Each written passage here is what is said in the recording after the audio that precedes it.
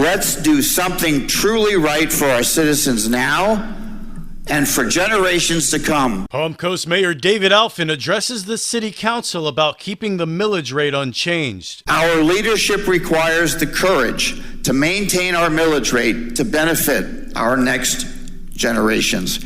Anything less is nothing more than a temporary Band-Aid that panders for attention. We all get one chance to do this right, and that chance is now. I therefore will vote in favor of city staff's recommendation and approve a millage rate equal to last year's value of 4.61 mils. But Councilman Ed Danko wants to see the millage rate cut. We have a $250 million a year budget. I see no reason we cannot roll this millage rate back and give a little relief to those folks in our community. And I realize for all those folks that are homesteaded, it's not a lot of relief. But if every taxing group we had did a full millage rollback, I know on my house, I would save over $400 a year. I'm sorry, I'm not going to vote for this millage rate. I'm going to vote for the full rollback on this millage rate. Councilman Nick Kloufis, John Finelli, and Eddie Branchino are taking the mayor's position. We'll hear from them tomorrow. This local news is a service of Flagler County's Toyota dealer, Beaver Toyota, US 1 St. Augustine, here to wow you.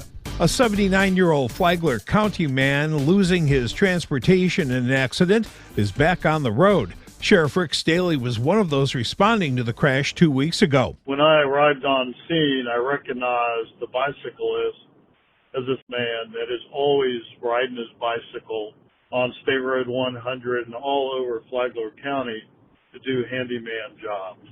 Fortunately, his injuries were not serious, although he was transported to Advent Health Palm Coast and later Halifax Hospital.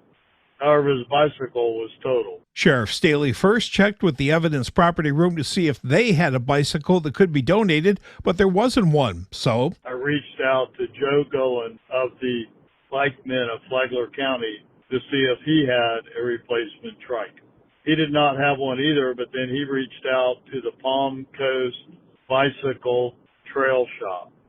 They decided to donate a brand new bicycle. this bicycle has an electric motor and is valued at $3,000. The man picked it up on Monday. I'm Rich Petchke.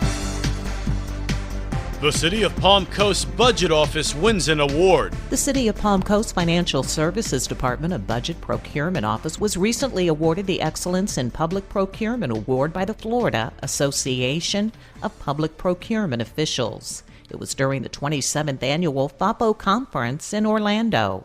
City of Palm Coast Contracts Coordinator Casey Ludke. The City of Palm Coast procurement team works hard to improve operations and create innovative strategies to keep our city moving in the right direction. Receiving the Excellence in Public Procurement Award from the Florida Association of Public Procurement Officials encourages us to continue on this path to success. The Excellence in Public Procurement Award recognizes Florida agencies that meet or exceed benchmarks in procurement. The criteria for this award are reviewed and updated on an annual basis to be sure they reflect current best practices and to challenge member agencies. For Flagler's Morning News, I'm Karen Johnson.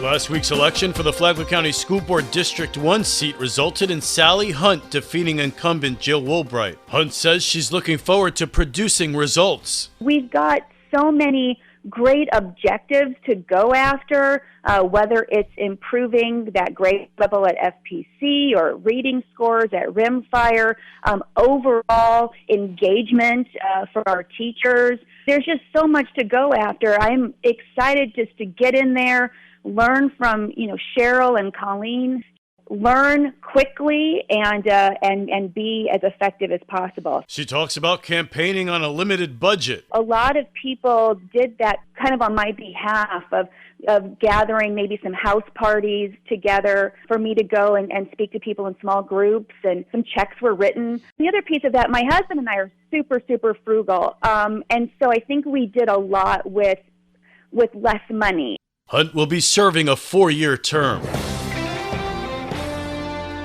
How does an EMS program evolve? Dr. Kristen McCabe, Flagler County's EMS director, said that since she hired on 8 years ago, she has seen the program grow and change to meet the community's needs. I think we've certainly had a great success with the community paramedicine program, for example, where we've been able to take the care outside of the four walls of the hospital, outside of the four walls of the ambulance, and really go deep into the community to determine how we can best help some of our most vulnerable citizens. Dr. McCabe said that there's been considerable cost savings by meeting people where they are instead of putting them in an ambulance and taking them to the hospital. Listen to the Flagler Voice on Saturday mornings at 8:30 here on WNZF or anytime on the Flagler radio app. Tomorrow, she'd like us not to need her. From the WNZF newsroom, I'm Deb Albertson. And now you're up to date on Flagler's Morning News. I'm Rich Carroll.